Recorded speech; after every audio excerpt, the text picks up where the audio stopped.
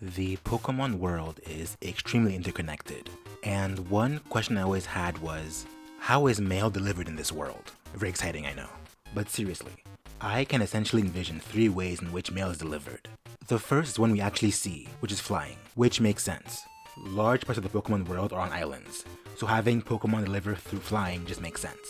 And we do see one do this, a Dragonite. And I don't think it's a bad idea, I just think that it's not the most efficient way to do it. For two main reasons. First is, I don't believe a Dragonite is that fast. I mean, there are definitely way faster Pokemon. For example, Pidgeot, who is said to move at Mach 2 speed, making him a far better option for delivering mail, since he can deliver it far faster. The other issue is mail size. You can see Dragonite's pouch and it's really small. I mean, how many letters is it actually delivering? So what we need is a Pokemon that can actually deliver large bags of mail. This is why I think that perhaps Corviknight would be a better option, since we know that Corviknight can actually pick up very heavy things, as seen in the newest games, where he carries multiple people at once. For those reasons, I believe a Corviknight or a Pidgeot would be a better option. But I do see one other problem with that solution. How can I put this? Having that many Pokemon birds in the sky would be too crowding. The sky would be constantly filled with Pokemon, which could be a bit of a hazard. I would argue that the second option is actually far faster, that being using teleport. The idea is having actual mailmen who all have one Abra with them. They could then use teleport to move around. And if you had a system of several, but still small group of mailmen all working together, they could complete the job pretty easily. But again, there are problems.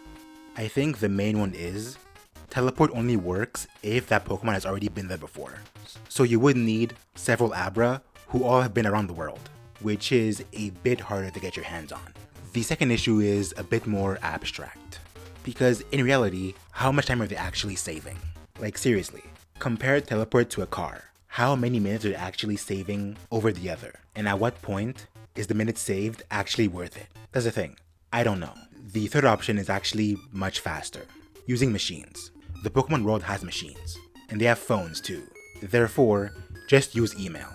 Then again, sending that much email could be daunting. So here's one solution.